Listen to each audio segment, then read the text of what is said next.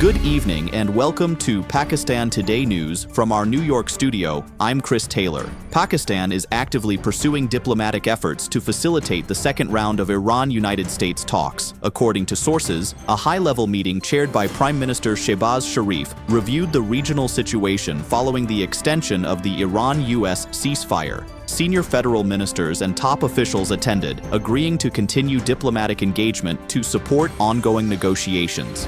Pakistan also welcomed the U.S. president's decision to extend the ceasefire. Separately, Prime Minister Sharif met Iranian Ambassador Reza Amiri Moghadam to discuss regional developments and peace efforts, with both sides reviewing prospects for a durable agreement. Deputy Prime Minister Ishaq Dar, Special Assistant Tariq Fatemi, and the Foreign Secretary were also present. For more on this, we go to our Islamabad correspondent, Sarah William. Thank you, Chris. Officials here in Islamabad say Pakistan is positioning itself as a key diplomatic bridge in easing tensions between Tehran and Washington.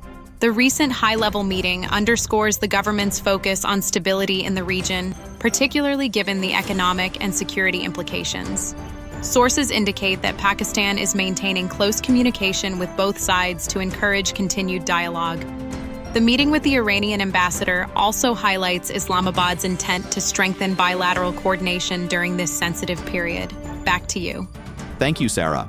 Turkish Foreign Minister Hakan Fidan is set to visit London this week for talks on the conflicts in Iran and Ukraine, according to a Turkish diplomatic source quoted by Reuters. During his visit, he will also discuss cooperation among NATO allies. The trip coincides with Britain hosting two-day talks involving military planners from more than 30 countries, aimed at advancing a mission to reopen the Strait of Hormuz. Several countries have expressed willingness to join the Britain and France-led initiative to protect shipping in the strait, although Fidan has cautioned about the operational challenges such a mission may face.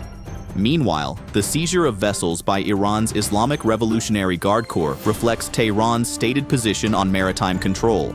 Iranian authorities have reiterated that all ships and oil tankers passing through the Strait of Hormuz must coordinate in advance with the IRGC. Officials say 2 vessels were seized for violating these requirements. Iran has also indicated plans to introduce transit charges and fees, reinforcing its intention to assert authority over one of the world's most strategically important waterways. In another development, Israel's Foreign Minister Gideon Sa'ar has called on Lebanon to cooperate with Israel against Hezbollah, ahead of the resumption of direct talks in Washington, D.C. Speaking during an event marking Israel's 78th Independence Day, Sa'ar emphasized that joint action is necessary to counter Hezbollah's influence. He acknowledged that such cooperation would involve difficult decisions but described it as essential for achieving long-term peace and stability. Chinese President Xi Jinping has said China is ready to help African nations cope with economic challenges stemming from the US and Israel's war with Iran. Xi made the remarks while hosting Mozambique's President Daniel Chapo in Beijing, marking the first visit by an African leader since the conflict began.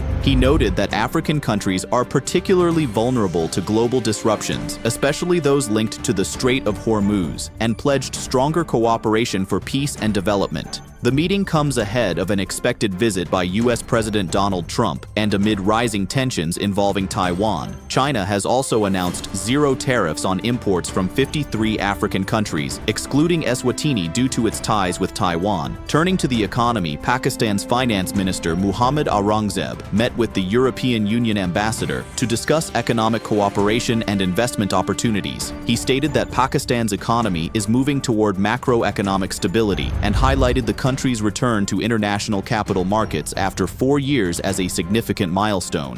Aurangzeb reaffirmed the government's commitment to structural reforms. During the meeting, the EU ambassador invited him to address the Pakistan-EU Business Forum, where he is scheduled to deliver a keynote speech on April 28th in Islamabad. Finally, the Pakistani government has decided to repay an additional $1 billion to the United Arab Emirates, according to sources. The payment, expected on Thursday, will bring the total repaid amount to $2.5 billion.